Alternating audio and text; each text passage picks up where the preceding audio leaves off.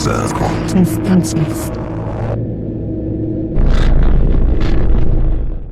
tengah hiruk-pikuk kota yang tak pernah benar-benar tertidur, terselip kisah tentang sebuah warung bakso sederhana. Namun, di balik kelezatan kuahnya yang konon melegenda, tersembunyi sebuah kegelapan yang mampu merenggut kewarasan dan bahkan nyawa. Inilah cerita Risa, seorang mahasiswi muda yang tanpa sadar terperangkap dalam jaring pesugihan yang beraroma gurih namun mematikan. Bayangkan, sebuah aroma yang seharusnya membangkitkan selera justru menjadi pertanda bahaya yang mengintai.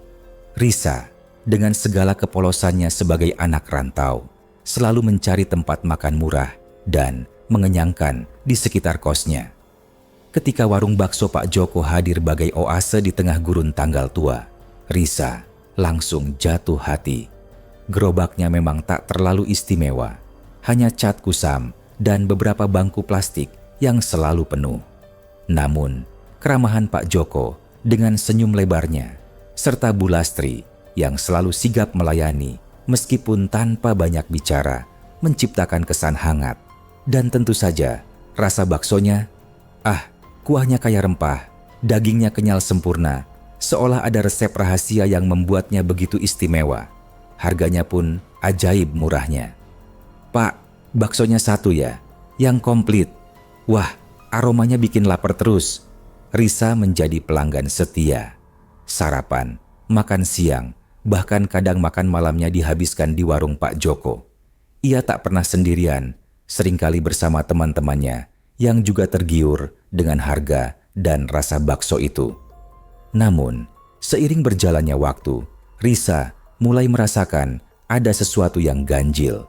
Sebuah kejanggalan yang perlahan merayap di benaknya seperti kabut malam. Warung itu tak pernah sepi, bahkan di jam-jam aneh seperti pukul 3 sore atau hampir tengah malam. Orang-orang datang dan pergi dengan tergesa-gesa, seolah ada panggilan tak terlihat yang menarik mereka ke sana. Suatu malam, hujan gerimis memaksa Risa untuk menunda kepulangannya ke kos. Ia berteduh di warung Pak Joko yang tetap ramai meskipun cuaca tidak mendukung. Sambil menunggu reda, ia memperhatikan lebih seksama para pelanggan. Ada seorang pria paruh baya dengan wajah tirus dan mata cekung yang memesan 2 mangkuk bakso sekaligus dan melahapnya tanpa ekspresi. Setelah habis, ia membayar dengan terburu-buru dan pergi dengan langkah kaki yang menyeret. "Tambah satu lagi, Pak." Tak lama kemudian, datang seorang wanita muda dengan dandanan mencolok yang memesan bakso dengan porsi jumbo. Ia makan dengan sangat cepat, seolah dikejar waktu, namun tatapannya kosong, tidak ada kenikmatan yang terpancar dari wajahnya. Setelah selesai, ia menyeka mulutnya dengan kasar dan langsung beranjak pergi tanpa mengucapkan sepatah kata pun. Pemandangan-pemandangan seperti itu mulai sering disaksikan Risa, menciptakan rasa aneh yang sulit ia definisikan. Suatu siang yang terik, saat warung sedang tidak terlalu ramai, Risa melihat Pak Joko mengangkat sedikit kain terpal di sisi gerobaknya.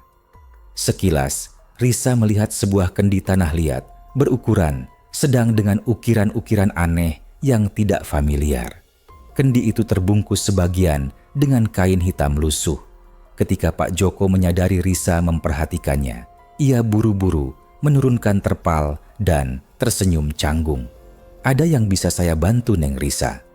Risa hanya menggeleng, namun rasa penasaran dan firasat buruk mulai tumbuh di benaknya.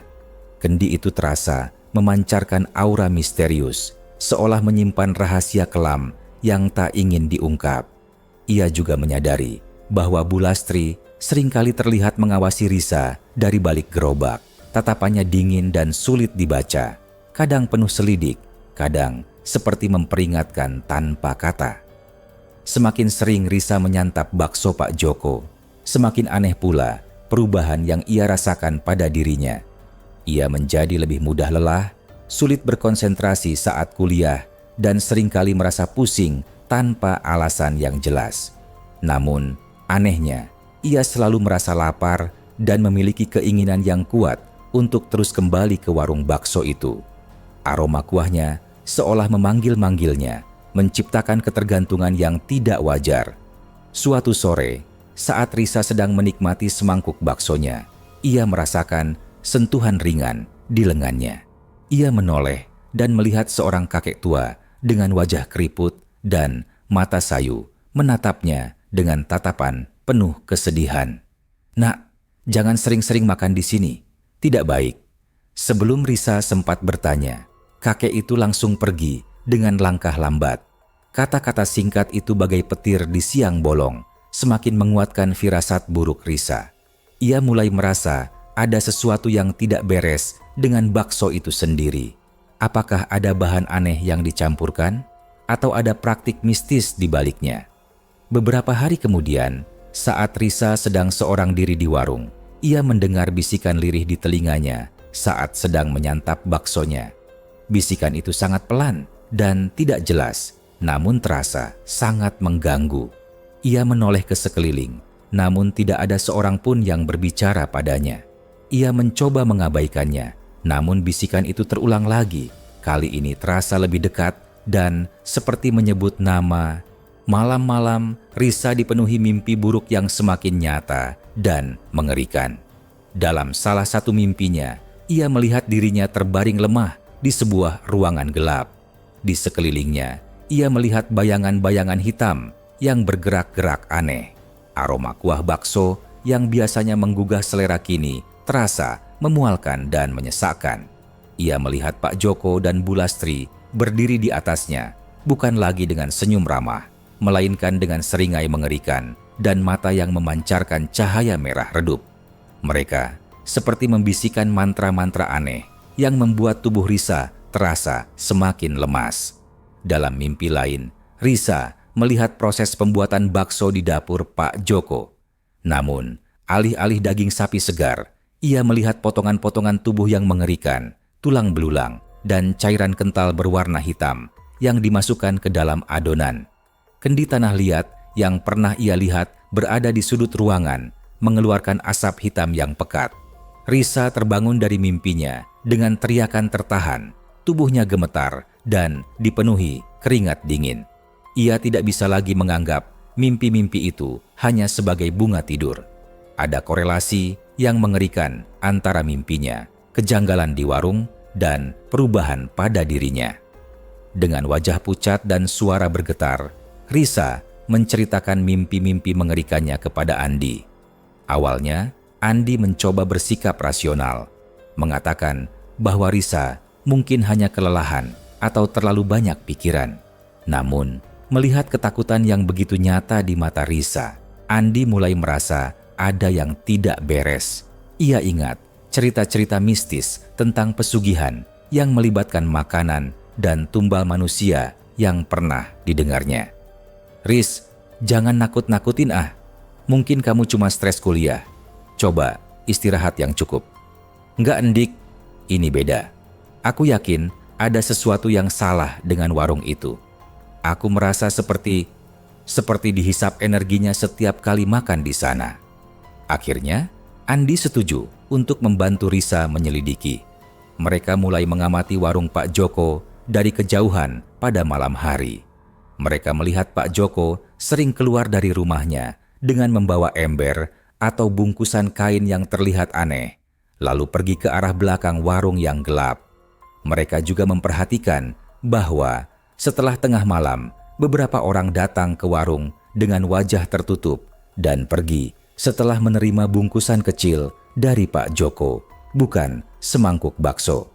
Suasana di sekitar warung terasa lebih mencekam di malam hari, dengan bau anyir samar yang sesekali tercium meskipun tidak ada aktivitas memasak. Dengan keberanian yang dipaksakan, Risa dan Andi kembali mendatangi warung Pak Joko di siang hari. Risa berpura-pura ingin memesan bakso, sementara Andi mencoba mencari celah untuk melihat ke bagian belakang warung. Saat Risa sedang mengaduk-aduk baksonya dengan gelisah, ia melihat Bu Lastri menatapnya dengan tatapan yang sangat dingin, tanpa senyum sedikit pun. "Kamu terlalu banyak bertanya dalam diam, Neng." Risa merasakan hawa dingin merayapi tulang punggungnya. Ia memberi isyarat panik kepada Andi. Namun, sebelum mereka sempat beranjak, Pak Joko muncul dari arah dapur dengan wajah yang tidak lagi ramah, melainkan penuh amarah dan kebencian. Di tangannya, ia memegang sebuah pisau dapur yang terlihat sangat tajam. "Kalian berdua sudah mengganggu usahaku. Kalian harus diberi pelajaran." Terjadilah adegan mencekam. Pak Joko berusaha menyerang mereka dengan pisaunya.